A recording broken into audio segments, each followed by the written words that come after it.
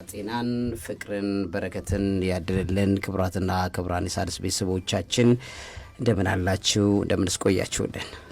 መንፈሳዊ ሆነው ሣድስ ሚዲያ ላይ ነው ያላችሁት። ትውልድን ሀገርን ለሚቆረቆሩለት ወይም ደግሞ እንደዚህ አይነት ስሜት ላለው ኢትዮጵያዊ መልካም ዜና ነው የተሰማው። ከኢትዮጵያ ፌደራል ፖሊስ የሰማነው በተለይ በሰሞኑ ከቲክቶክ ክሬቲቭ አዋርድ ጋር ተያይዞ አልባሌ የሆኑ የአለባበስ ስነ ምግባር ትውልዱ ያለበትን የአእምሮ ደረጃውን በአካል ገልጦ የመጣው ያንን ውድቀት ደግሞ አንታገስም ተብሎ በቁጥጥር ስር ውለው አሁን ላይ የማጣራት ሂደት ያለ መሆኑን ሰምተናልና ይሄ በአጠቃላይ በተለይ አቤል አንተ ትውልዱ ላይ ያስመልክተ ረጅም ጊዜ ያስቀድመ ስትናገራቸው የነበሩትን ነገሮች አሁን ላይ ደግሞ በህግ ማዕቀፍ ውስጥ ተደርጎ ሲዳኝ እንደማየት ደስ የሚል ነገር የለም።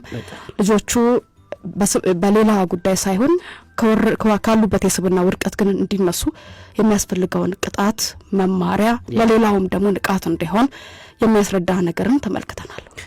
ትክክል ነው። ይሄ በእውነት ለመናገር እኛም እንደ ትልቅ ስኬት ነው ያየነው ይሄን ጉዳይ። ምክንያቱም ረጅም ጊዜ ስንጮህበት ስንለፋበት የነበሩት ነገሮች ናቸው። ይሄ ነገር ትውልድን ይገድላል፣ ትውልድን ያጠፋል። እንደነዚህ አይነት ነገሮች የታቀዱና ሆን ተብለው እኔ እኮ የሚያቃጥለኝ ነገር ምንድነው? ስለማቀው ነው ማለት ከአመታት በፊት እኔ ፈረንሳይ ሀገር የኢትዮጵያን አክራሪ ማህበረሰብ ነው ይሄንን አክራሪ ማህበረሰብ ባህሉን፣ ወጉን፣ ስርዓቱን ከአፍንጫው ላይ ብለን ማላቀቅ ያለብን ህዝብ ነው፣ ማንነቱን እንዲያጣ ማድረግ ያለበት ህዝብ ነው ብለው በቁጭት ነው የሚያወሩት። በቁጭት ማለት እንደዚህ ሳይሆን በቃ ለአፍሪካው ለጥቁሩ ማህበረሰብ በጣም ሊያስቸግሩን የሚችሉ the remnant lands ብለው ቀሪ ምድሮች የሚል እኮ ነው ፕሮጀክቱ። ቀሪ ምድሮች ይልና በቀሪ ምድሮች ውስጥ ዘርዝረው በሶስተኛ ደረጃ የተቀመጠችው ኢትዮጵያ ናት። ከኢራን ቀጥሎ ማለት ኢራን እና አፍጋኒስታን፣ ኢትዮጵያ ብሎ ያስቀምጣል። ሌሎች አሉ እኮ ወደ 20 የሚጠጉ 10 ምናምን የሚጠጉ ሀገራት ማለት ነው። ያ ፕሮጀክት ነው። እነዚህ ቀሪ ምድሮች ማለት ምን ማለት ነው?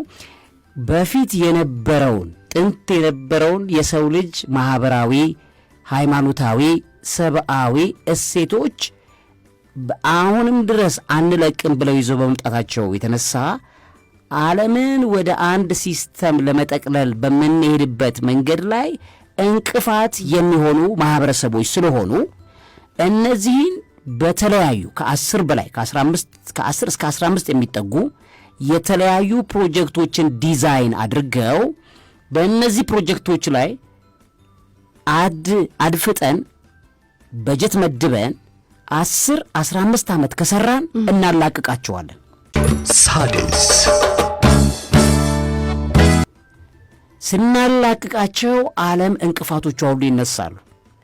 ኢራንን በተመለከተ አላቸው ያ ዘ ሪመናንት ላንድ የሚል መጽሐፍ ነው። እኔ የራሳቸው ላይብራሪ ስለሆነ ያነበብኩት መጽሐፉን ብዙ ፕሮጀክት ነው። ልክ እንደ ዲክላሲፋይድ አይነት ዶክመንት ነው። ማንም ሰው ማያገኛቸው አይነት ዶክመንቶች ነው። የሲክሪቱ ማህበረሰብ ዶክመንቶች ናቸው። እዛ ላይ ኢትዮጵያ በሶስተኛ ደረጃ ላይ ኢራን፣ አፍጋኒስታን፣ ኢትዮጵያ ይላል። ከዛ ይልና ኢትዮጵያ ውስጥ ያለውን ለምን እንደሆነ ያስቀምጣል። አፍሪካ ውስጥ እነዚህ ማህበረሰቦች ያላቸው ተጽዕኖ አፍሪካ ላይ ብቻ ነው የሚለው። ዓለም ላይ ያሉ 2 ቢሊዮን የሚጠጉ ጥቁር ማህበረሰቦች አሉ ይላል። ከ2.2 ቢሊዮን በወቅቱ በነበረው አቆጣጠር ያክል ዓለም ላይ ያሉ ጥቁሩ ማህበረሰብ ጀማይካዎቹን ጨምሮ ካሪቢያን ሀገር ላይ ያሉትን ጨምሮ ደቡብ ህንድ ላይ ያሉ ጥቁር ቀለም ያላቸው በአውስትራሊያም ያሉ ይዘረዝራል። ዓለም ላይ ጥቁር የተባለውን ቆዳ በስነ ልቦና የበላይነት የሚመሩት ኢትዮጵያውያን ናቸው ብሎ ያስቀምጣል። በነጮች ላይ ዲፊት አድርገው በጦርነት አሸንፈው የተቀመጡ ማህበረሰቦች ናቸው። ስለዚህ ይሄ ማህበረሰብ ለጥቁሩ ማህበረሰብ ሞዴል ስለሆነ ነው ራስታዎቹ በዚህን ያክል ድረስ ኢትዮጵያዊነትን ፕሮሞት የሚያደርጉት። ኢትዮጵያዊነትን ጥቁርነት ነው እስከሚባል ድረስ ተጽዕኖ የፈጠረ ነው ይልና ያስቀምጥና ዶክመንቱ ከዛ ባንዲራችንን ሁሉ ያስቀምጥና ከኢትዮጵያ ባንዲራ እንዴት ሌሎች አፍሪካዊ ባንዲራዎች እንዴት ራይዝ እንዳደረጉ የአፄ ኃይለ ሥላሴ ተጽዕኖ በሌላው ዓለም ላይ እንዴት እሳቸውን ኮንቨርት ለማድረግ ጥረት እንዳደረጉ እንደገና እኔ አልገባኝም። እኔ እዛን ጊዜ ዘፋኝ ነው ከዘፋኝነት ዘፋኝ የነበርኩበት ጊዜ ነው። ዘፋኝነት ትራንዚሽን ነው ለእኔ ያ ወቅት ማለት ነው። ሳነበው ዶኩመንቱ ደንግጬ እኔ እግሬ ሁሉ ነበረ እየተርበተበተ ማነበው መጽሐፉን ማለት ነው። መጽሐፉን በቀላሉ የሚገኝ ስላይደል የራሳቸው የሴክሪቱ ማህበረሰብ ዶኩመንት ስለሆነ ከዛ ነው ያላቅም እዛ እየገባው እኔ ያነበብኩትን ገጽ በጠቅላላ ጭንቅላቴ ላይ ነው እየመዘገብኩ ወጥቼ ምጽፈው። ምንም ነገር ይዘሽ መግባት ስለማቼ መጽሐፍ ብቻ ማንበብ ነው የሚፈቀድልሽ። እነሱ የፍሪሜሰኖቹ የኤንሸንት ላይብረሪ ነው። ሶ እዛ ውስጥ የነበረ የጥንት ላይብረሪ የጥንት ዶኩመንቶቻቸው ሁሉ ይገርማል። የፍሪሜሰኖቹ ማለት ነው። ሶ ልቤ ከጭንቅላት እስከ እግሬ ያመመኝ ነው ያንን። ከዛ እቅድ ምን መስራት እንዳለበት ይሄ የታቀደው እንግዲህ ኦልሞስት ከ2000 ዓመት ጀምሮ ያለ እቅድ የነበረበት ነው ዶኩመንቱ። ግን አፕዴት የሚያደርገው በ1800 እኔ ዝም ብዬ አይደለም ማውራው እዛ ላይ የተቀመጠውን ነገር ከዛ በቃ መቋቋም ነው ያቃተኝ። ያ ከሆነ በኋላ ለካ ሀገሬን በዚህ ደረጃ ላይ የሚደረጉት ነገሮች ሁሉ ዲዛይንድ ፕሮጀክቶች ናቸው። ሶ እኔ ፈረንሳይ ሀገር ተመችቶ እየኖርኩ የነበረው በቃ ተመችቶ በጣም ቆንጆ ላይፍ ነው የሚኖረኝ የነበረው እንደ ምድራዊ ህይወት። ግን ከዛ በኋላ በፍጹም ማህበረሰቤን የጮኩ ጉሮሮ እስኪቀደድ ከአመታት ወይ ከ10 ዓመት በፊት ማለት 10 ዓመት ሙሉ በዚህ ዙሪያ ላይ ነው የጮኩ ያለሁት ማለት። ለምን ማህበረሰብን ማንቃት አለብኝ፣ መስራት አለብኝ። ሶ ያን ነገር እያደረኩኝ ስመጣ ያኔ የምጮኻቸው ነገሮች አሁን እየተገለጡ ይታያሉ። ሳድስ why because እኔ I have the information መረጃው ስላለኝ ነው። ሶ ያንን ምን ችግር አለው ከሚሉ ሰዎች መካከል አንዱ ነው የነበርኩ። ምንድነው የምታካብዱት? ምን ይሄ ነገር ምን ችግር አለው የሚል አይነት ምንድነው አጉል ከሚሉ አይነት አስተሳሰብ። ይሄንን ዶክመንት ግን ካነበብኩ ይሄ ሁሉ እንደሚሆን ዲዛይን እንደሆነ የተቀመጠ ነገር ነው። ሶ ምን ማለት ነው? አሁን ላይ ለምሳሌ ያለንን ማንነት ልክ በብረት ቦክስ ድሮ የብረት ቦክስ የሚባል ነበር። በጣት ላይ ያጠልቁትና 5ቱንም ጣት የሚያጠልቅ የብረት ቦክስ መያዣ ነበር እና በሱ ነው የሚመታው። ጥርሱን ሲመታው ሁሉም ጥርስ ይራገፋል። በብረት ቦክስ ነው የኢትዮጵያን ጄኔሬሽን ጥርሱን እያራገፉለት ያሉት። ድዱ እየቀረ ነው ትውልዱ። ይህን ከማድረጊያ ሜካኒዝሞች አንደኛው አሁን የሚደረጉት አደባባይ ላይ በራቁት ወጥታ ኮንፊደንስ አይደለም። ከየት እንዳመጣችሁ ራሱ በጣም ግራም ያጋባል። አለማወቅ እኮ አይደል? ማስተዋል ማጣት፣ አለማወቅ፣ መንፈሳዊነት ሲርቀን እግዚአብሔርን በስም ብቻ ማወቅ፣ ፍራቻው ወይም ደግሞ ልናመልክበት የሚገባ መንፈስ ከኛ ሲርቅ አለማወቅ እዚህ ያደርጋል፣ ደፋር ያደርጋል ይባላል በአባባል። ይሄ ማለት የእግዚአብሔርን ባላወቁት መጠን የሚለው እግዚአብሔርን ለማወቅ ባልወደዱት መጠን። ሰው እኮ ለማወቅ እኮ የሚያደርገው ጉጉት እግዚአብሔር ክብሩን ይገልጣል። እግዚአብሔርን ለማወቅ ባልወደዱት መጠን ግን ለማይረባው አእምሮ ምን ያህል ተላልፎ ሰዎች እንደሚሰጡና የማይረባው አእምሮ ደግሞ አእምሮን ሲደፍን እኛ እንኳ አሁን ትውልድ ለማንቃት በምንሰራው ሰዎች ላይ እንኳ ጠላትነት ያለባቸው ሰዎች አሉ። በህይወት ቢያጠፉን የሚፈልጉ ሰዎች አሉ። ምን አደረግን? ያደረግነው ብቸኛው ነገር ይሄ አጋንንታዊ አሰራር ነው። ሰዶማዊነት፣ ይሄ አሁን እርቃንነት እዚህ ጋር እየተደረገ ያለው ነገር በጠቅላላ ዴሞኒክ ነው። ይሄ ኢትዮጵያውያን አባት እናቶቻችን ያልነበራቸው አሁን ተገልጦ የመጣ ውርደት የሆነበት ነው። ከዚህ ትውልድን ልንታደግ ይገባል እያልሽ ምንም ሌላ ነገር እኮ የለም። ዋው ቀጥል ጎበዝ ነው መባል ያለብሽ። ግን ጠላት ሆነው ሊያጠፉሽ የሚፈልጉ ሰዎች ሁሉ ይደረድራሉ። ለምን? ገንዘብ ነዋ፣ ፕሮጀክት ነው። ሳድስ ሆን ተብሎ ዲዛይን ተደርጎ የተሰራ ኢትዮጵያውያንን ለማዳከም ከተሰሩት መንገዶች መካከል አንደኛው ይሄ ፕላትፎርም ነው። በዚህ ተጠቅመው በጣም ብዙ ወጣቶችን ለማራቆት እየተሰራ ያለበት ነው። ራሱ አዋርዱ በራሱ ሽልማት ነው ተብሎ የቲክቶክ ፕላትፎርሙ ግልጽ እኮ ነው። ቲክቶክ ማለት ሁሉ ጊዜ እኔ እንደምለው የሰው ልጅ 3 አካል ነው ያለው፣ ነፍስ፣ መንፈስና ስጋ ነው ያለው።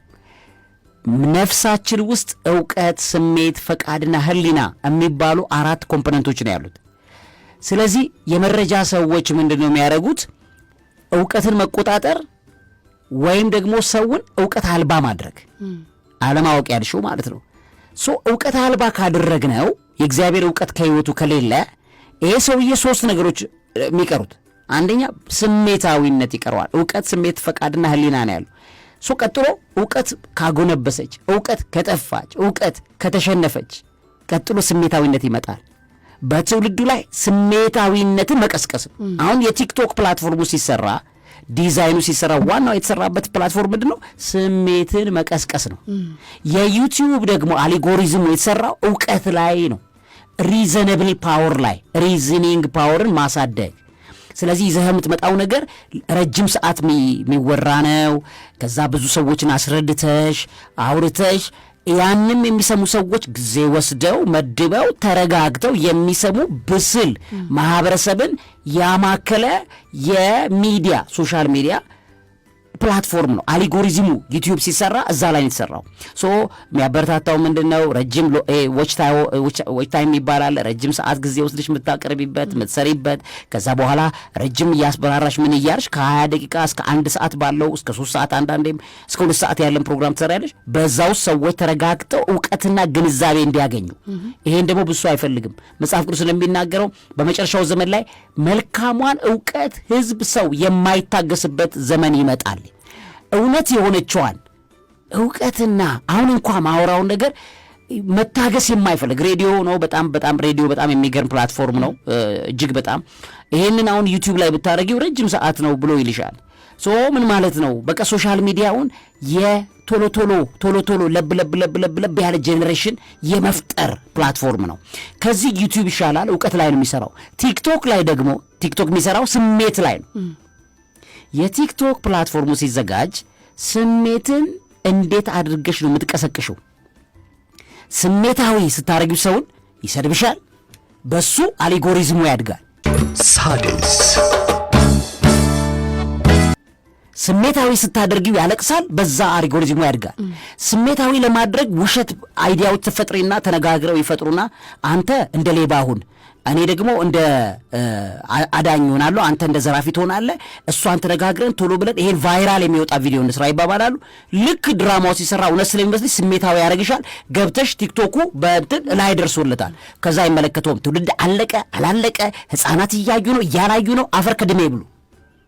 እሱ ዘ ኦንሊ ቲንግ ፕሮሚናንስ በሰዎች ዘንድ ላይ ያለ ይሄ አልጎሪዝሙን ማሳደግ ነው። ይሄ ስሜት ላይ ቻይና ዲዛይን ስታደርግ ዩቲዩብን ይዞ የመጡት ምዕራባውያኑ ትንሽ በማንበብን ባህል ስላላቸው እነሱ ብዙ ቻይናዎቹ ንባብ ላይ ጎበዝ አይደሉም፣ ዓለም ላይ ይታወቃሉ።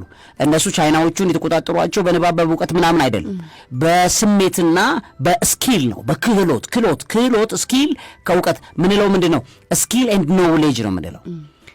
አብዛኛው ቻይናውያኑ የሰሯቸው በስኪል ላይ ነው እንጂ በእውቀት በምንባብ ላይ ምናምን አለ። ምዕራባውያኑ ብዙ ረጅም ዓመት የመጡት በንባብ ባህል ላይ ነው። ስለዚህ ይዘውት ሲመጡ ያነ በዲፕ ኖውሌጅ ላይ መሰረት አድርገው ነው ይዘው የመጡት።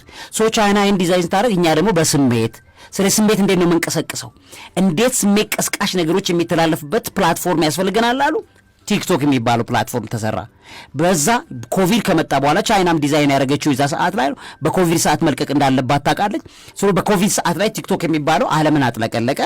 አሁን ባለበት ሁኔታ ላይ ማንኛውም ሰው ገጠርም ይሁን ከተማ ሞባይሉ ላይ ይዞ ተረካ አድርጎ ላይቭ ገብቶ ምናምን አድርጎ የፈለገውን ብልግና አስተላልፎ ዲዛይኑም ሲሰራ በምንድን ነው? ስሜት ላይ ስለሆነ የሚሰራው። እውቀት ሪዝን ላይ አይደለም። ሪዝን አይፈልግም፣ እውቀት አይፈልግም። ቲክቶክ ላይ አሁን ቫይራል ለመውጣት እውቀት አይፈልግም፣ ብልግና ነው የሚፈልገው። ይሄ ምን ሆኖ አልጎሪዝሙ ምን ያደርጋል መሰለኝ? አንቺ እውቀት ላይ ያተኮረ ስራ ራሱ ሰሪ ዲግሬድ ያደርገዋል። ያንቺን ቫይራል እንዳይወጣ ይከለክለዋል። ያንቺን እንትን በጣም የሚገርመው አሁን ኢትዮጵያ ብሎ ቲክቶክ ላይ ሰርች ሲደረግ በአንደኝነት የሚመጣው ኢትዮጵያ ፖርኖግራፊ የሚል ነው። ሰው ገብቶ እዛ ላይ እኔ እንደውም ይሄን ያሳየኝ ጥሌ ነው ወንድ እዚህ አሁን ጋዜጠኛው ከኛ ቀጥሎ ፕሮግራም ላይ የሚገባው ጥሌ አብዬ ላሳያለኝና ኢትዮጵያ ብዬ ሰርች ሳረግ ኢትዮጵያ በሚለው ሁሉ ፖርኖግራፊ፣ ኢትዮ ሴክስ፣ ኢትዮ እንትን፣ ኢትዮጵያ ምናምን፣ ኢትዮጵያ ባለጌ ሴቶች ምናምን የሚል ነው የሚወጣው። ለምን አልጎሪዝሙ ራሳቸው ቻይናዎች ምን አድርገው ነው ትውልድ ማምከን this is a purpose ለምን ኢትዮጵያ ላይ ብቻ አይደለም ባይዘው ኡጋንዳም ብትጂ ኬንያም ብትይ እንደዛ ነው ሰርች ኢንጂኑን ያመጣልሽ ለምን ቁም ነገር ለምሳሌ ኢትዮጵያ ባህል የሚለውን ወደ ታች ያደርገዋል አልጎሪዝሙ አይፈቅድም ቫይራል እንዲወጣ አይፈልግም ቫይራል የሚወጡት በጠቅላላ ስድብ ማንጓጠጥ ማንቋሸሽ ሃይማኖት ስድብ ሃይማኖት አባት ስድብ ብልግና ፍትወት ምናምኖቹን አልጎሪዝሙን ወደ ኋላ ያደርግና ወደ ፊት ያደርግና ያን ዲግሬድ ያደርጋል ዩቲዩብ ደግሞ እንደዚህ አይነቶቹ ወደ ታች ነው የሚያደርገው ሳድስ ዩቲዩብ ደግሞ አይተን እንደሆነ ባለጌ ነገሮች ሲወጡ ቪዲዮውን ራሱ ይከለክላል ባለጌ ነገሮች ራቁት ምናምን አሁን እዚህን ባለጌዋ ልጅ ራቁት ላይ ወጣ በአደባባይ ላይ መብቴ ነው ብላ ስትል ነበር ኢቫን ብላ አሁን ወንጌላዊት ማለት ተባለችው እቺ ልጅ ማለት ዛሬ ፌደራል ፖሊስ ያሰራት በመብቴ ነው ኢትስ ማይ ራይት አለች ቤተሰቦቼ ነው ያሳደጉኝ አለች እና የተማሩ ሰዎች ነው ያሳደጉኝ አለች በጣም ተምረው በጣም ተመራምረው ቤተሰቦቿ ራሱ ሰማይ ጥግ ደርሰዋል እና ይቺ ልጅ ነው ያፈሯት ተምረው አይሽ ይሄ ነው አባቶች አሁን ብዙ ጊዜ የሚባለው መሰይጠን እየተባለ የሚባለው ማለት ሶ የመጨረሻው ስልጣኔ ራቁትነት መውጣት ነው ይቺ ልጅ ያሰለጠኑበት አላፈሩም ቤተሰቦቿም ጭምር ማለት ነው ለማፈርም ዝግጁ አይደሉም አንድ ቤተሰብ አባል እንኳን ወጥቶ እኛን አትወክለንም ቤተሰባችንን አይወክልም ይሄ አለባበስ ከተማረ ቤተሰብ ነው የወጣችሁ ተብሎ ይሄ አለባበስ እኛን ሪፕሬዘንት አያረግም በድፍረት ወጥቶ መናገር መቻል አለበት ቤተሰቧ ካልሆነ ተቀብለውታል ማለት ያንን በጣም ያሳፍራል የሚያሳፍር ነው ራቁት በጣም የሚገርመው የሷን ቪዲዮ ለቪዲዮ ማልበሻ ብዬ ታቀር አንቺ ታይጨዋል ለቪዲዮ ማልበሻው ሲጠይቅ ዩቲዩብ ምን አለ አውርደው ይሄን ቪዲዮ አለ 24 ሰዓት ነው የመገምገሚያ ሰዓት የተሰጠን 24 ሰዓት በኋላ ነው ይሄ ቪዲዮ የሚለቀቀው ብለውን ለምን ራቁት የዚችን ልጅ ፎቶ አውጣው አለ ከዛ እንደገና ገባንና ሰርተን ደረቷን ኤክስ ያን ያክል ዩቲዩብ ዓለም እንኳን የሚያፍርበት ነው ባይዘዌ ይሄ አሳፋሪ ተግባር አደባባይ ላይ ይዛ ወጥታ ይቅርታ ለመጠየቅም ፍላጎት የላትም የተማረ ቤተሰብን ያሳደገኝ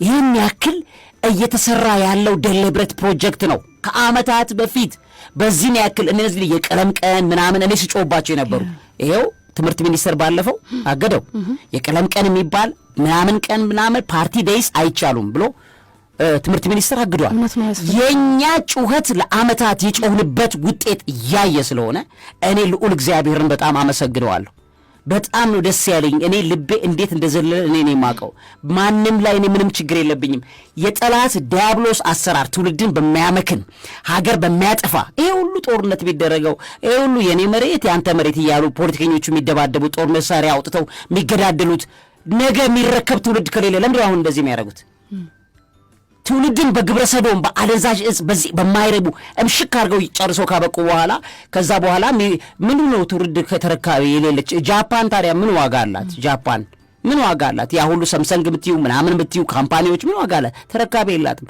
ትውልድ አሁን አሻንጉሊት ነው ያገባ ያለው ጃፓን ውስጥ ያ ሁሉ ዋጋ የከፈለችው ጃፓን አሁን ትውልድ ተረካቢ የላትም እንደምናየው አሻንጉሊት እየገቡ አግብቻለሁ እያሉ ያሉበት ዘመን ላይ ደርሰዋል እና ኢትዮጵያውያን ነገ የሁሉ ሀገር ተደማምተው ፖለቲከኞቹ ተገዳድለው ካበቁ በኋላ የሚያዘጋጁትን ሀገር የሚረከብ ትውልድ ከሌለ ምን ዋጋ አለው ለምን ይለፋሉ ለምን ይገዳደላሉ ለትውልድ ካልተገዳደሉ ለምንድን ነው የሚገዳደሉት ሶ ምን ማለት ነው ዴሊብሬት ፕሮጀክት ነው ትምህርት ላይ የቀለም ቀን የምናምን ቀን ሆን ተብሎ ግብረ ሰዶም ለማስፋፋት የተሰራ ነው ከአመታት በፊት ነበርን የሚጮው እግዚአብሔር ድምጻችንን እየሰማ ያለበት ዘመን ላይ ነው ያለነው የሚያጋልጠውን የሚያዋርደውን እግዚአብሔር ለማይረባ አእምሮ አሳልፎ እየሰጠ እያዋረደ እየሰማን ያለነው ትላንት ከታንቱ የሚወራም ሌላ ወሬ ያለ እንደሰማሹ እነዚህ ነገሮች ማለት በጣም ፕሮሚናንት ሆነው ታዋቂዎች ሆነው ግን እየተሰራ ያለው ነገር ምን እንደሆነ ከጀርባ ገና እግዚአብሔር በህፃናት ላይ ዲዛይን ህሊና እንኳን የላቸውም ቤዝ በጣም ምን የሚያቃጥለኝ ያቺ ልጅ ራቁቷን ወጣ እንደዛ ቢያንስ 12 10 ዓመት ህፃናት እኮ ሴቶች ሞዴል ያረጉኛል ያሳፍራል በእነዚህ ህፃናት የእናት የእህቴ ልጅ እኮ አለች ከሬት ብትባል ያዛ እንዴት እኔ ራቁቴን ወጥቼ እንደዚህ ስል ትውልዱ ከኔ ሞዴል እሷን አርጌ ነው የወጣሁት ነገ ከፓንቱ ውጪ ሜዳ ላይ ፍትወት የምትፈጽም ሴት ልጅ ብትመረት እኔ ለዚህ ተጠያቂ ያደርገኛል ትውልድ እንዴት ሰው ህሊና ያጣል this is my question so ቅድም ያልሽው ነው ዕውቀት ማጣት ማለት የእግዚአብሔር ዕውቀት የሰው ልጅ ሲጠፋበት የዲያብሎስ ዕውቀት ሲገባ ይዘጋል ድፍን ያደርጋል። ሶ ዛሬ የሰማነው ነገር ፌዴራል ፖሊስ ያደረገው ነገር እግዚአብሔር ያክብርልን ማለት እንወዳለን። በድጋሚ እግዚአብሔር ያክብርልን ማለት እንወዳለን። እንዲሁም ደግሞ መበረታታት አለበት እያንዳንዱ በተለይ ከቪዲዮ አልፎም የሚካሄዱ ከጽሁፎች ጋር ተያይዞ ሰዎች አስተያየት የሚሰጡባቸውን እርከኖች ጭምር ሊታዩ ይገባል ማለት ነው። መሸጋገሪያዎች ይደመጡና ተመልሰን እንገናኛለን። እውቀት ታላቁ እግዚአብሔርን ታከብራለች። SADIS